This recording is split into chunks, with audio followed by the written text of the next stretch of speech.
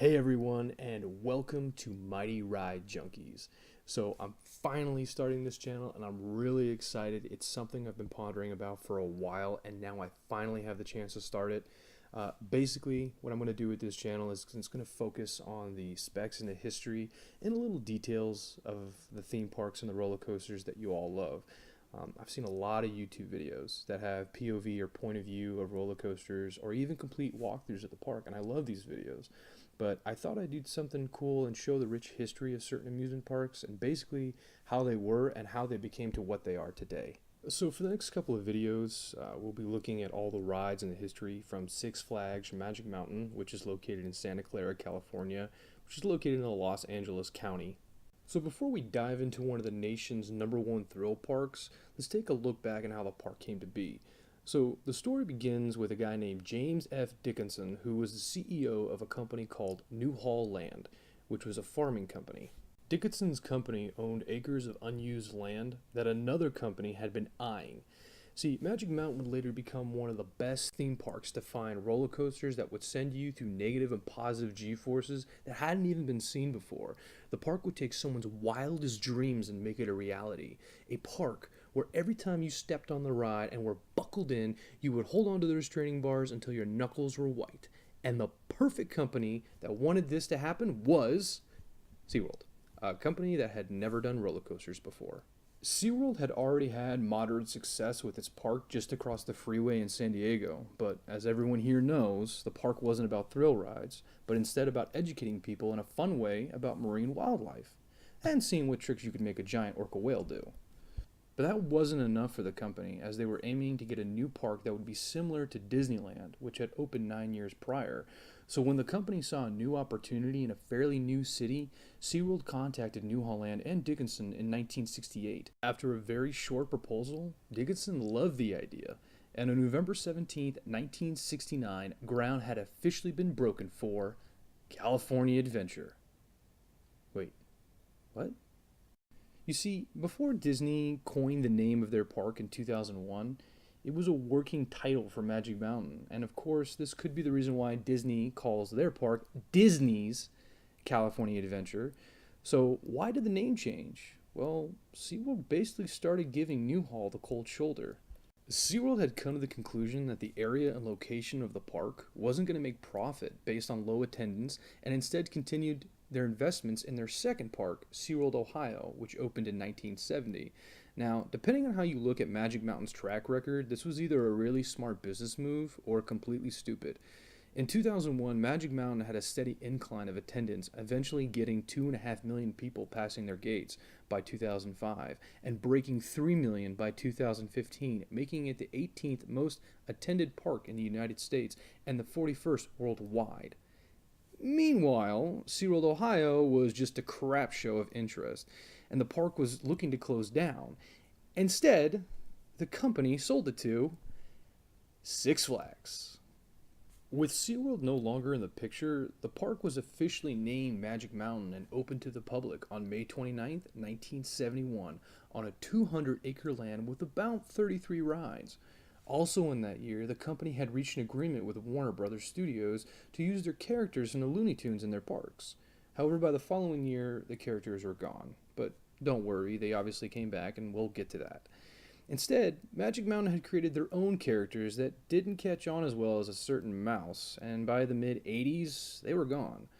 The park had a more western feel to it, similar to Knott's Berry Farm when it first opened up, and that slowly started to change through the years. However, you can still see evidence of this western theme in certain areas of the park as of today. With some new coasters being added through the years, which we'll get to in later episodes, and some come and go attractions, and a spring load of unfortunate accidents, the Newhall group wasn't exactly loving their time being park owners, and were trying to figure out a way to use the park in a way that would be more beneficial to their company, which is a farming company. And after realizing this was hopeless for Magic Mountain, an amusement park, go figure, it was sold to Six Flags in 1979. The Six Flags company was a successful industry that was about to own their sixth park, and apparently they knew how bad Newhall wanted to get rid of it, and sold the park only pocketing a $250,000 profit. Now, to put that in retrospect, when the park first opened, it cost them $20 million, and they held on to the park for some years, obviously adding new rides and investing more money into it, and then turning around and after investing all that money, only getting $250,000 in profit from it is not a lot whatsoever. But I'm sure they were able to grow a lot of oranges with that. By 1980, Magic Mountain had added Six Flags to the beginning of its name, and with the Looney Tunes coming back and staying this time, nothing really big was happening with the park. Now, Warner Brothers is a Time Warner company which also owned DC Comics. In 1992, Six Flags Magic Mountain added the Batman stunt show in preparation for its 1992 release of Tim Burton's Batman Returns, starring Michael Keaton returning as the Dark Knight. The film did amazing in the box office, causing DC Comics to spread out through the park and create rides such as the Batman and Superman through the mid-90s. Even to this day, Six Flags parks are getting new rides from the DC world. It appeared the park was doing very well, even opening a water park, Hurricane Harbor, right across from the main gate in 1995. But that was all an illusion of what was really going on.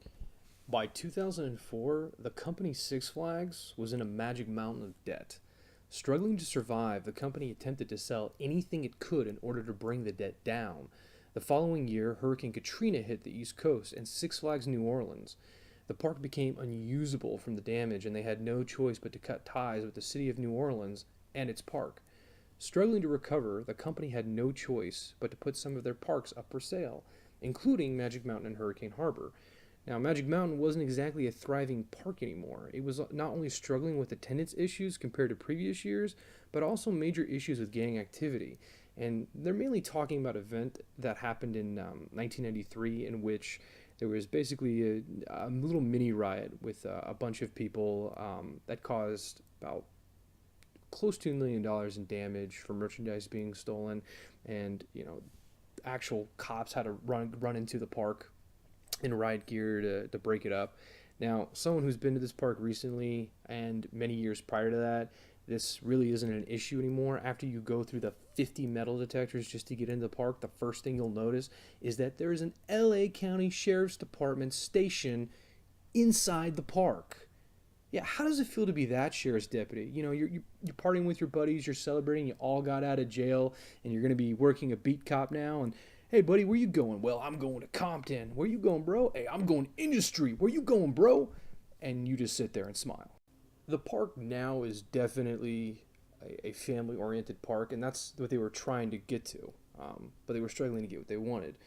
On top of that, with no companies coming forward with offers close to what they were asking, Six Flags finally decided to keep Magic Mountain and Hurricane Harbor by the start of the following year.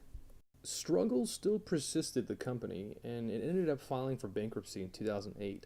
At this point, shareholders took over the majority of the company and the major decisions, and by 2010, they were able to climb out of bankruptcy, and now they continue to thrive. Now, being in a prime area of Los Angeles and not too far from Hollywood, Six Flags has been used in many films and television shows, from National Lampoon's Vacation of 1983, where it was Wally World, to most recently on an episode of NCIS in 2016.